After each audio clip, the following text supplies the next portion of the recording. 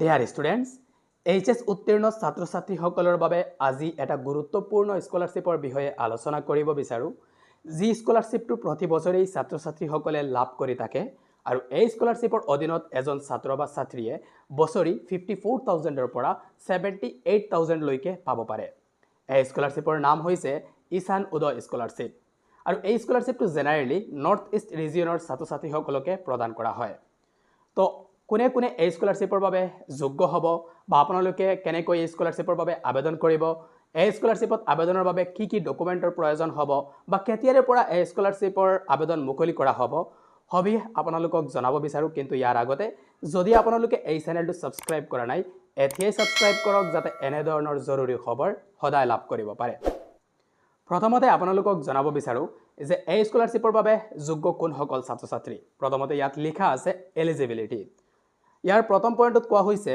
যে ছাত্ৰ বা ছাত্ৰীজনীয়ে ক্লাছ 12 অৰ্থাৎ এইচএছ উত্তীৰ্ণ হ'ব লাগিব যিকোনো বোৰ্ডৰ পৰা ষ্টেট বোৰ্ড হোক বা সিবিএসই বোৰ্ড হোক বা আইসিএসই বোৰ্ড হোক বা এনআইএস যিকোনো বোৰ্ডৰ পৰা তেওঁ ক্লাছ 12 উত্তীৰ্ণ হ'ব লাগিব দ্বিতীয়তে কোৱা হৈছে যে এই ছাত্ৰ বা ছাত্ৰীজনীয়ে কোনো এটা ইউজিসি ৰিকগনাইজড ইউনিভাৰ্চিটি বা কলেজৰ আন্ডাৰত ডিগ্ৰীত নামভৰ্তি কৰিব লাগিব তেওঁ ডিগ্ৰীত ফাৰ্ষ্ট ইয়াৰত নামভৰ্তি কৰিব লাগিব তৃতীয়তে কোৱা হৈছে যে অকল ডিগ্ৰী ফাৰ্ষ্ট ইয়াৰত যিসকল ছাত্ৰ ছাত্ৰীয়ে নামভৰ্তি কৰিব সেই ছাত্ৰ বা ছাত্ৰীজনীয়ে এই স্কলাৰশ্বিপৰ বাবে যোগ্য হ'ব 4 নম্বৰত কোৱা হৈছে যে এই স্কলাৰশ্বিপৰ বাবে অকল যিসকলে ডিগ্ৰী ফাৰ্ষ্ট ইয়াৰত এডমিশ্যন কৰিছে সেইসকল যোগ্য কিন্তু যদি কোনো ছাত্ৰ বা ছাত্ৰীয়ে অলৰেডি ডিগ্ৰীটো লাভ কৰিছে সেই ছাত্ৰ বা ছাত্ৰী যিকোনো জগাৰ পৰা যদি তেওঁ এই ডিগ্ৰীটো লাভ কৰিছে কোনো ধৰণৰ ডিগ্ৰী অলৰেডি লাভ কৰিছে তেনেহলে তেওঁ এই স্কলাৰশ্বিপৰ বাবে আবেদন কৰিব নোৱাৰে 5 নম্বৰ পইণ্টত কোৱা হৈছে যে এই স্কলাৰশ্বিপটো আপুনি ডিগ্ৰী কৰাৰ যি সময় থাকিব 3 বছৰ হোক 4 বছৰ সম্পূৰ্ণ ডিগ্ৰী কোৰ্সটোৰ বাবে এই স্কলাৰশ্বিপটো প্ৰদান কৰা হ'ব অৰ্থাৎ বছৰি বছৰি আপোনালোকে ইয়াৰ টকাটো লাভ কৰিব এবছৰত যদি আপোনালোকে 54000 পায় তেনেহলে নেক্সট বছৰতো পাব এনেদৰে আপোনাৰ ডিগ্ৰী কোৰ্সৰ যি সময়সীমা থাকিব এই সময়সীমা লৈকে আপোনালোকে বছৰি এই টকাটো লাভ কৰি থাকিব 6 নম্বৰ পইণ্টত কোৱা হৈছে যদি ইন্টিগ্ৰেটেড বা ডুৱেল ডিগ্ৰী কোনোবাই কৰিছে তেনেহলে ইয়াত লিখা আছে the scholarship will be payable for the UG component only অৰ্থাৎ ইউজিসি ৰিকগনাইজড যেটো ডিগ্ৰী আছে আপোনালোকৰ এই দুটাৰ ভিতৰত এই ডিগ্ৰীৰ বাবে আপুনি এই স্কলাৰশ্বিপৰ লাভ কৰিব ঠিক আছে তো স্কলাৰশ্বিপটো আপোনালোকে ইউজিসি ৰিকগনাইজড যেটো ডিগ্ৰী কৰি আছে এইটোৰ বাবে লাভ কৰিব যদি ডুৱেল ডিগ্ৰী কোনোবাই কৰিছে তেনেহলে তাৰ পাছতে কোৱা হৈছে the scholarship available student who are admitted in UG degree program through regular or full time mode only তো এই স্কলাৰশ্বিপৰ আবেদনৰ বাবে ছাত্ৰ বা ছাত্ৰীজনীয়ে ৰেগুলাৰ কোৰ্সত নামভৰ্তি কৰিব লাগিব অৰ্থাৎ জেনাৰেলি যিসকল কলেজত আপোনালোকে নামভৰ্তি কৰিব এই জেনাৰেল যিসকল কলেজ ইউজিসি ৰিকগনাইজড হয় ইউনিভাৰ্চিটিৰ আন্ডাৰত যিসকল কলেজ থাকে এই কলেজসকলত আপোনালোকে ৰেগুলাৰ কোৰ্সত নামভৰ্তি কৰিলে এই স্কলাৰশ্বিপৰ বাবে যোগ্য হ'ব ইয়াৰ পিছতে কোৱা হৈছে the student who are pursuing any UG program through open distance correspondence private part time mode are not eligible to apply যদি কোনো ছাত্ৰ বা ছাত্ৰীয়ে ওপেন কোৰ্সত ডিগ্ৰীত নামভৰ্তি কৰিছে বা ডিসটেন্সত বা কৰেসপন্ডেন্সত বা প্ৰাইভেটত তেনেহলে তেওঁ এই যেটো স্কলাৰশ্বিপ এই স্কলাৰশ্বিপটোৰ বাবে আবেদন কৰিব নোৱাৰে 8 নম্বৰ পইণ্টত কোৱা হৈছে student gaining admission through management quota are not eligible to apply management quota যিসকল ছাত্ৰ ছাত্ৰীয়ে নামভৰ্তি কৰিব তেওঁলোকে এই স্কলাৰশ্বিপৰ বাবে যোগ্য নহয় 9 নম্বৰ পইণ্টত কোৱা হৈছে the income of the parent of the student should be below 4.5 lakh per annum অৰ্থাৎ ষ্টুডেণ্টজনৰ পেৰেণ্টছৰ বছৰি ইনকাম 4.5 লাখতকৈ কম হ'ব লাগিব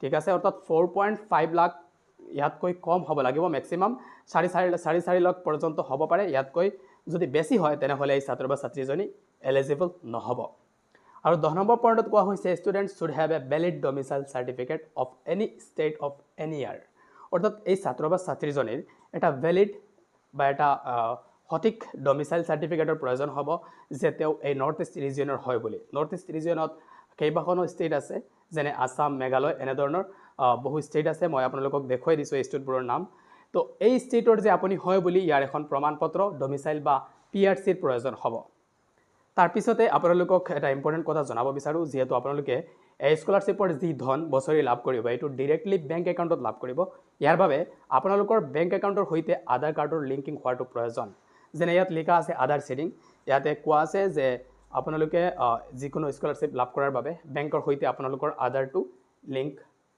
হোৱাটো প্ৰয়োজন।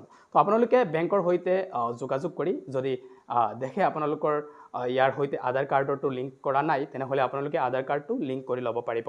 এতিয়া আপোনালোকক UGCৰ অফিচিয়েল ৱেবছাইটত ঈশান উদয় স্কলাৰশ্বিপৰ বিষয়ে কিছু ইম্পৰ্টেণ্ট কথা জনাব বিচাৰোঁ। যেনে অবজেক্টিভ অফ স্কিম, অৰ্থাৎ এই স্কলাৰশ্বিপটো দিয়াৰ উদ্দেশ্য হৈছে যাতে নৰ্থ ইষ্ট ৰিজিয়নত উচ্চ শিক্ষা প্ৰমোট কৰা যায়, ইয়াৰ বাবে এই স্কলাৰশ্বিপটো প্ৰদান কৰা হয়।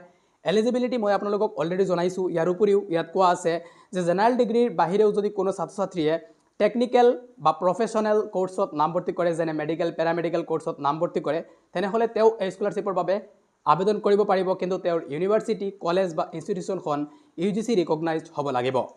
ইয়াৰ পিছতে লিখা আছে যে টোটেল 10,000 ছাত্ৰ ছাত্ৰীয়ে এই স্কলাৰশ্বিপ লাভ কৰিব। নৰ্থ ইষ্টৰ টোটেল 10,000 ছাত্ৰ ছাত্ৰীয়ে এই স্কলাৰশ্বিপটো পাব। ইয়াৰ পিছত দিয়া আছে সময় 3 বছৰৰ পৰা 5 বছৰ পৰ্যন্ত আপোনালোকে এই টকাটো লাভ কৰিব। বছৰি আপোনালোকে হয়তো 54,000 টকা নহ'লে 78,000 টকা লাভ কৰিব। তলতে লিখা আছে 54,000 টকা হৈছে জেনেৰেল ডিগ্ৰীৰ বাবে। যদি আপোনালোকে BA, BSc, BCom এনেধৰণৰ কোৰ্চত নামভৰ্তি কৰিছিলে তেনেহ'লে বছৰি 54,000 টকা লাভ কৰিব। আৰু যদি আপোনালোকে কোনো প্ৰফেশ্যনেল কোৰ্চত নামভৰ্তি কৰিছে তেনেহ'লে আপোনালোকে বছৰি 78,000 টকা লাভ কৰিব। আৰু এই টকাটো বা এই স্কলাৰশ্বিপটো আপোনালোকৰ মেৰিট বেচিছত প্ৰদান কৰা হ'ব। যোৱা বছৰ 73% লৈকে কাট অফ মাৰ্ক আহিছিল, 73% লৈকে ছাত্ৰ ছাত্ৰীসকলে এই স্কলাৰশ্বিপটো লাভ কৰিছিল। তো এইবাৰ HSত অৰ্থাৎ 2024ত HSত যিসকল ছাত্ৰ ছাত্ৰীৰ 75 বা তাতকৈ বেছি পাৰ্চেণ্টেজ আছিল সেইসকলে প্ৰায় চিয়ৰ যে এই স্কলাৰশ্বিপটো পাবই। কিন্তু যিসকলৰ 70 বা তাতকৈ বেছি পাৰ্চেণ্টেজ আছে মই ভাবোঁ সকলোৱে এই স্কলাৰশ্বিপত আবেদন কৰাটো প্ৰয়োজন। যিহেতু যোৱা বছৰ 73% লৈকে কাট অফ মাৰ্ক আহিছিল, তো হয়তো এইবাৰ ইয়াতকৈ কমিব পাৰে নহ'লে বাঢ়িব পাৰে, এইটো কোৱা নাযায়। যিহেতু প্ৰতি বছৰেই এই কাট অফ মাৰ্কছটো চেঞ্জ হয়, ছাত্ৰ ছাত্ৰীসকলৰ পাছৰ পাৰ্চেণ্টেজৰ ওপৰত ডিপেণ্ড কৰে নৰ্থ ইষ্টৰ যিসকল ছাত্ৰ ছাত্ৰী আছে। তো আপোনালোকে 75ৰ ওপৰত হ'লে পোৱাৰ সম্ভাৱনা বেছি আছে, আৰু 70ৰ ওপৰতো সম্ভাৱনা আছে, হয়তো পাব পাৰে নাপাবও পাৰে। তো আপোনালোকে ইয়াত এপ্লাই কৰাটো প্ৰয়োজন বুলি মই অনুভৱ কৰোঁ। আৰু এই ঈশান উদয় স্কলাৰশ্বিপৰ আবেদন এতিয়ালৈকে আৰম্ভ হোৱা নাই। আপোনালোকে ইয়াৰ বিষয়ে জানিবলৈ NSP পৰ্টেল যিটো অফিচিয়েল ৱেবছাইট এইটোতে ভিজিট কৰিব। ইয়াতে ইয়াৰ বিষয়ে জানিব পাৰিব যে কেতিয়াৰ পৰা এই স্কলাৰশ্বিপৰ আবেদন আৰম্ভ হ'ব বা কেতিয়া সমাপ্ত হ'ব, সবিশেষ ইয়াত থাকিব। যদিও কিছু কিছু ৱেবছাইটত এটা ফেক তাৰিখ প্ৰকাশিত হৈছে যে 30 জুন হৈছে আবেদনৰ অন্তিম তাৰিখ, এইটো একেবাৰে ফেক। এই মুহূৰ্তলৈকে UGCৰ ফালৰ পৰা কোনো ধৰণৰ ইনফৰমেশ্যন দিয়া নাই। তো আপোনালোকে NSP পৰ্টেলত ভিজিট কৰিলে এনেই খবৰটো লাভ কৰিব, আৰু কলেজত নামভৰ্তি হোৱাৰ পাছতে আপোনালোকে কলেজতেও এই খবৰটো লাভ কৰিব।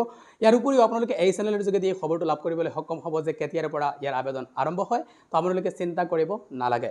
এতিয়া আপোনালোকক দেখুৱাই দিব বিচাৰোঁ যে কিদৰে আপোনালোকে অনলাইনত এই স্কলাৰশ্বিপৰ আবেদন কৰিব। তো আপোনালোকে এই ঈশান উদয় স্কলাৰশ্বিপত অনলাইন আবেদনৰ বাবে প্ৰথমতে ভিজিট কৰিব লাগিব নেশ্যনেল স্কলাৰশ্বিপ পৰ্টেলত, অৰ্থাৎ NSP পৰ্টেলত ভিজিট কৰিব লাগিব। আৰু ইয়াৰ পৰা আপোনালোকে অনলাইন যোগে আবেদন কৰিব পাৰিব যেতিয়া এই আবেদন প্ৰক্ৰিয়া আৰম্ভ হ'ব।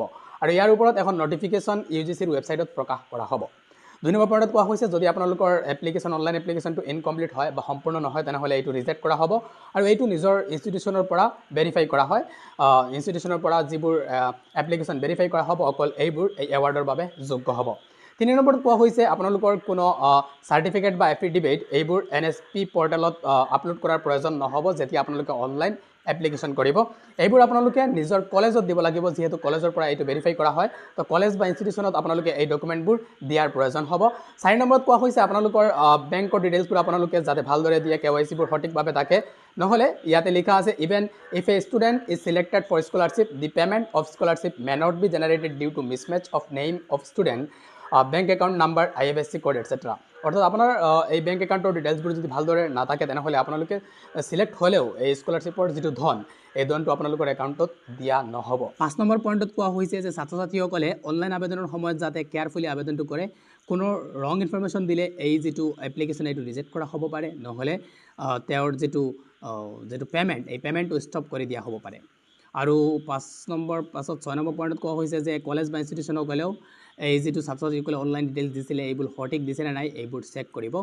7 নম্বৰত কোৱা হৈছে কলেজ বা ইনষ্টিটিউশ্যনৰ পৰা এইবোৰ ভেৰিফাই কৰা হ'ব, আৰু ভেৰিফাই কৰাৰ সময়ত ডকুমেণ্টছবোৰ তেওঁলোকে ছাত্ৰ ছাত্ৰীৰ পৰা বিচাৰিব পাৰে। ইয়াত যেনে ডকুমেণ্টছ, চাৰ্টিফিকেট, এফিডেভিট বা domicile certificate, permanent resident certificate, income certificate এইবোৰ বিচাৰিব পাৰিব, আৰু এইবোৰৰ পৰাই তেওঁলোকৰ ডিটেইলছবোৰ সঠিক আছে নে নাই এইবোৰ ভেৰিফাই কৰিব পাৰিব, বা এলিজিবল ক্ৰাইটেৰিয়াটো সঠিক আছে নে নাই এইবোৰ ভেৰিফাই কৰিব ইনষ্টিটিউশ্যন বা কলেজে।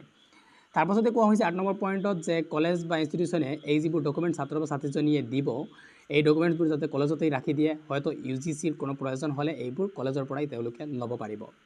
9 নম্বৰত কোৱা হৈছে যে after verifying the eligibility of its student for scholarship under the scheme, the institution shall verify the online application on NSP within the stipulated time.